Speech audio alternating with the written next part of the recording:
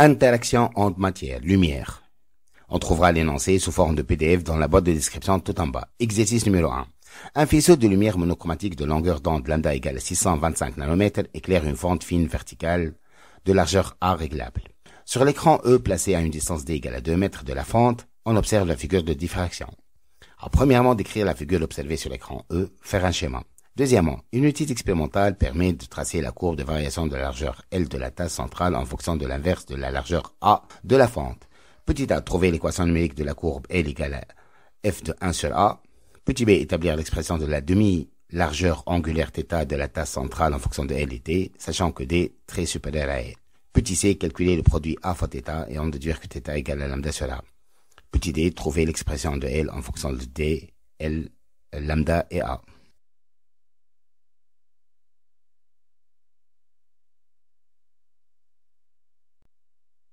Réponse. Premièrement, on observe sur l'écran une tache centrale brillante nettement large vis-à-vis de la fente, espacée d'autres taches de plus en plus petites de part et d'autre de la tache centrale.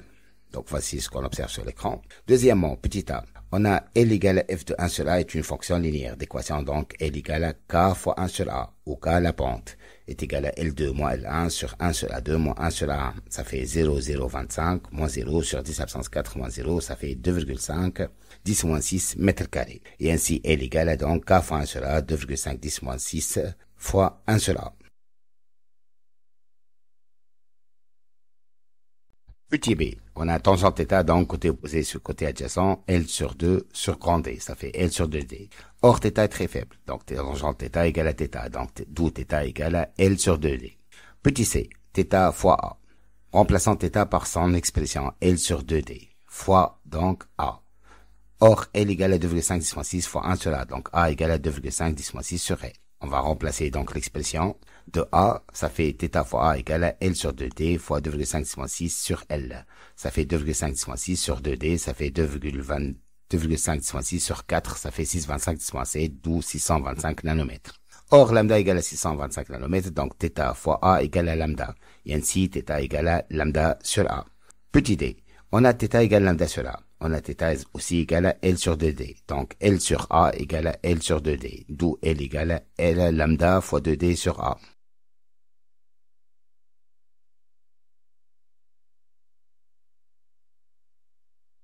Exercice numéro 2. On dispose d'un laser hélium-néon de longueur d'onde lambda égale à 632,8 10-9 mètres. On interpose une fente fine horizontale entre le laser et un écran E, comme l'indique la figure ci-contre. Premièrement, petit a, représentez sur votre copie la figure obtenue sur l'écran E vue de face.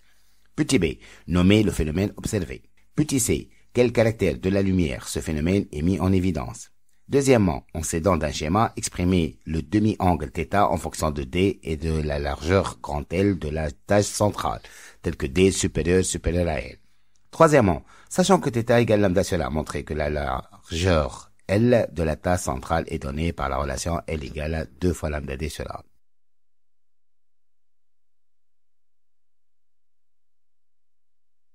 Quatrièmement, on remplace la fente fine par un cheveu tendu horizontalement sur un support. Pour la même distance, grand D égale à 4,3 mètres du support à l'écran, on observe une figure analogue à celle obtenue avec la fente. Une mesure de la largeur de la tasse centrale donne L égale à 2,6 cm. En admettant que la relation donnée à la question précédente reste valable pour le cheveu, calculer son diamètre.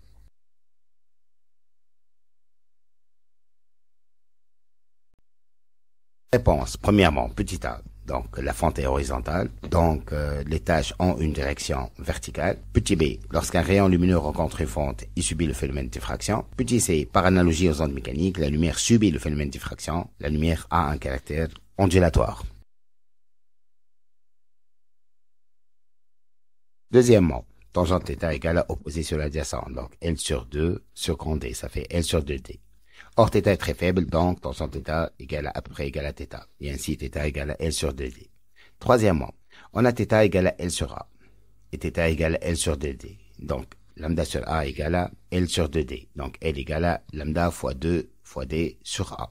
Quatrièmement, le phénomène de diffraction est réalisable aussi avec un fil de cheveux de dimension convenable. Donc, grand L égale à lambda fois 2D sur petit d, le diamètre du cheveu. Donc, D égale à le diamètre égale à lambda fois 2D sur grand L. Ça fait donc 632,8 10 moins 9 fois 2 fois 4,3 sur 2,6 10 moins 2. Ça fait 2,093 10 moins 4 mètres. C'est à peu près égal à 2 10 moins 4 mètres.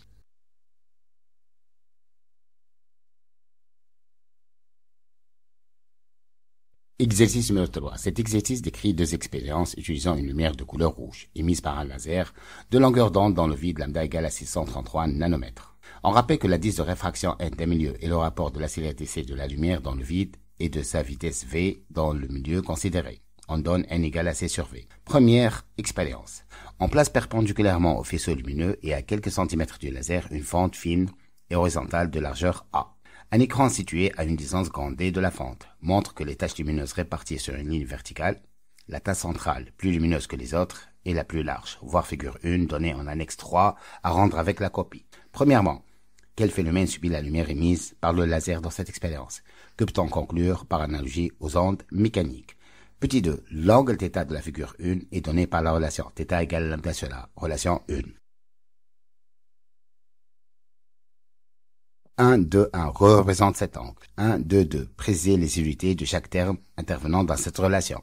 1, 2, 3. Comment évolue la largeur de la tache centrale lorsqu'on réduit la largeur de la fente? L'angle θ étant faible, on pourra utiliser l'approximation tangente θ après égale à θ.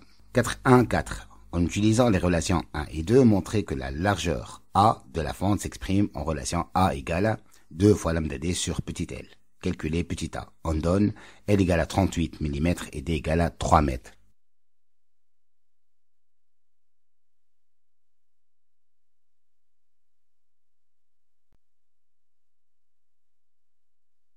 Deuxième expérience. On utilise dans cette expérience comme un milieu dispersif un prisme en verre, d'indice de réfraction n, voire figure 2 en annexe 3, à rendre avec la copie. On dirige, suivant une incidence donnée, le faisceau laser vers l'une des faces du prisme placé dans l'air. On observe que ce faisceau est dévié.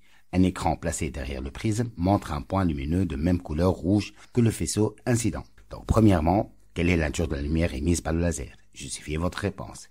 Deuxièmement, la célérité de la lumière dans le vide est C égale à 3,8 mètres secondes moins 1. 2.1. Rappelez la relation entre la longueur d'onde lambda de l'onde émise par le laser, sa fréquence nu et sa célérité C, calculée nu. 2.2. La valeur de nu varie lorsque cette onde change de milieu de propagation.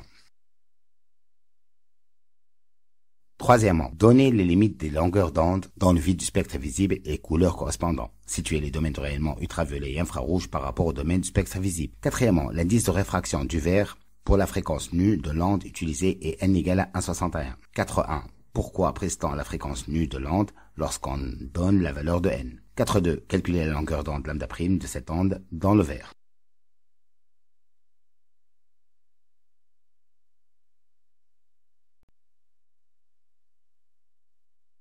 On remplace la lumière du laser par une lumière blanche figure 3 donnée en annexe numéro 3 à rendre avec la copie. 2.5. Qu'observe-t-on sur l'écran? 2.6. Les traits en pointillé figure 3 correspondent au trajet de deux rayons lumineux de couleurs respectives rouge et bleu. Tracés en les identifiant clairement ces deux rayons. On rappelle que la déviation D augmente quand la longueur d'onde diminue.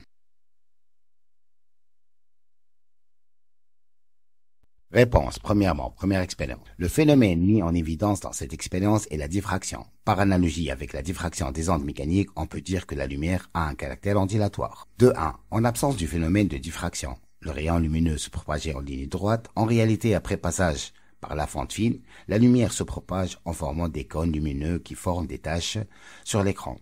L'angle θ représente la demi-largeur angulaire de la tache centrale de diffraction. 2.2. θ s'exprime en radians. Lambda, la longueur d'onde, s'exprime en mètres. A, largeur de la fente, s'exprime en mètres.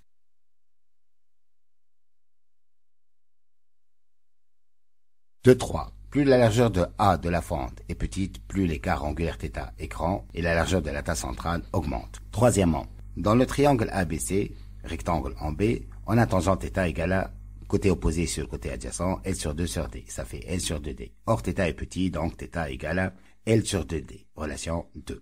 Quatrièmement, θ égale à lambda sur A. Et θ égale à L sur 2D. Donc, lambda sur A égale à L sur 2D. Et ainsi, A égale à lambda fois 2D sur L. Faisant calcul donc, on trouvera donc 10-10-5, autrement dit 10-4 mètres.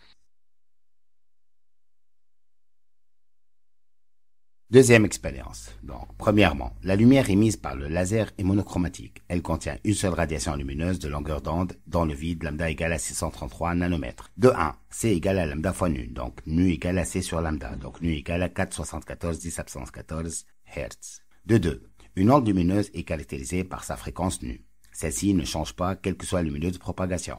Troisièmement, les longueurs d'onde dans le vide du spectre visible vont de 400 nanomètres le violet à 800 nanomètres le roux. Si lambda est inférieur à 400 nanomètres, nous sommes dans le domaine des ultraviolets. Et si lambda est supérieur à 800 nanomètres, domaine des infrarouges.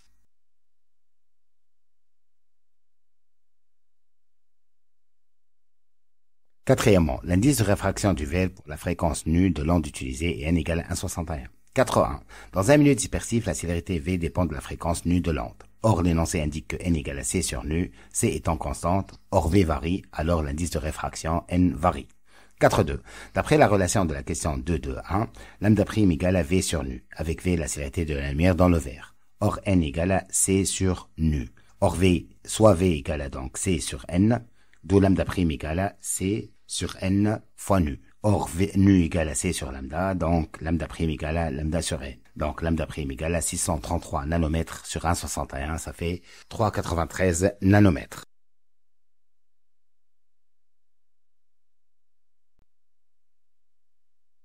Cinquièmement, on obtient une figure colorée allant du violet au rouge, couleur de l'arc-en-ciel. C'est le spectre de la lumière blanche. Sixièmement, la déviation D augmente quand la longueur d'onde diminue. Comme lambda rouge est supérieur à lambda bleu, donc la déviation rouge est inférieure à la déviation bleue. Et ainsi donc on a représenté les deux faisceaux lumineux de la figure numéro 3.